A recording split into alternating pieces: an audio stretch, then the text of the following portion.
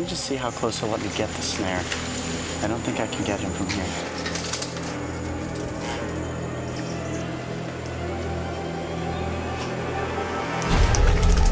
Nice! Got it. Go.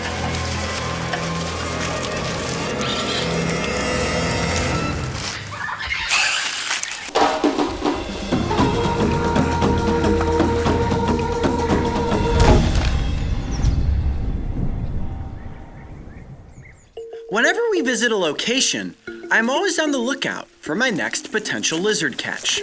Look at that. Over the years, I have captured many of these speedy reptiles, from collared lizards to turnip-tailed geckos. However, on the Pacific side of Costa Rica, there's one particular lizard that has evaded me for several years: the spiny-tailed iguana.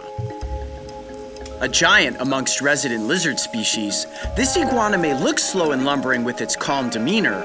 However, this creature is incredibly quick when it needs to be. Catching one by hand can be difficult, so today I'm going to employ a strategy that many herpetologists use in the field to get up close with lizards.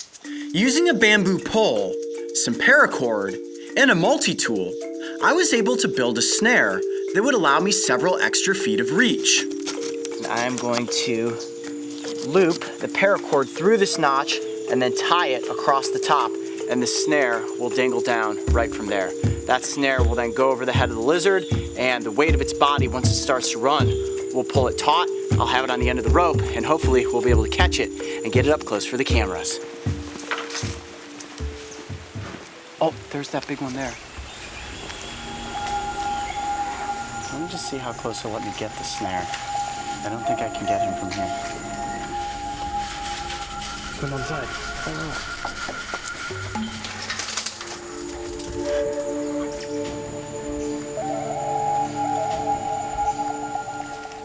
It's good that he's down on the ground now.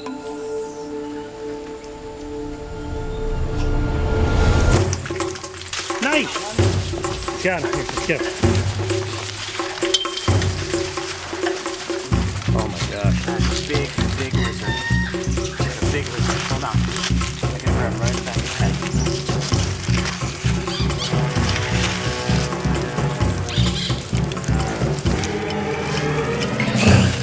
Got it. Whoa! That is a serious dinosaur right there. Look at that creature. Wow. Okay, hold on a second. Let me get the snare off of here. What do you think, man? That was a great grab. God, it is really strong. It is really strong. I do not want to get bitten by this creature. Hold on a second. Let me get a good hold on his head here. I'm gonna cut the snare rope. Okay. All right, let's back up here and go down to the trail. I want to keep the lizard as calm as possible. Let me get the noose off of him here. Okay. Oh, definitely made it go at me there. Wow. Oh, the teeth in there. You know what, Mario, can you help me out? Can you grab that rope? I got a pretty good hold on him. Just, you kind of got to like gently loop it up over his head. Okay, I'm gonna pull him back. There we go. Okay. There it is. That is the spiny-tailed iguana. It might as well be a dinosaur. Oh, can you guys believe it? It has taken me days to capture one of these lizards. Now, let's take a real good look at this creature. Look at the spines running down the length of the body, and then of course here on the tail, and you can see where they get that name, spiny-tailed iguana. If you zoom in there, you can see all the spines running along the length of the tail. They are incredibly sharp. Now, they can use this as a defense against predators. They will whip this tail around almost like a stegosaur, and this is like a bunch of barbs laced underneath with muscle and bone. It is so incredibly strong. Look at the hind legs. Now, these creatures are terrestrial, but they are capable of climbing. Those claws and those strong forelimbs and back legs will allow them to easily scurry up something like this, a side of a cage around here. When we first approached, it was on top of that monkey enclosure, and of course they can climb trees. Look at the stretch of that mouth though. Oh my gosh, it's like looking into the throat of a tyrannosaur. Now, you look at a creature like this and it has these razor sharp teeth, but believe it or not, these lizards are herbivores, which means that they eat plants. Just the other day, we witnessed one eating some hibiscus flowers, and you think to yourself, wow, this creature could take down pretty much anything, maybe a bird or other lizards, but nope, sure enough, they're interested in fruits and flowers. Look at the coloration of this reptile.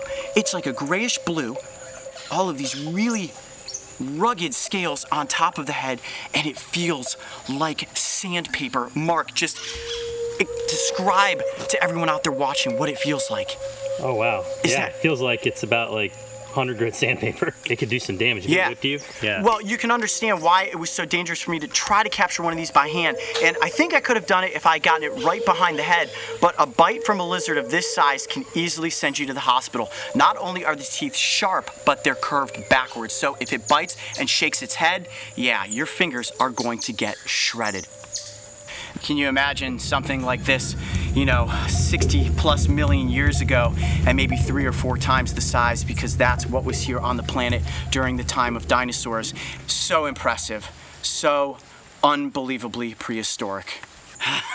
This was absolutely incredible. I have been trying for days to catch one of these lizards, and sure enough, here, hanging out at Kids Saving the Rainforest, and I managed to get the spiny-tailed iguana up close for the cameras.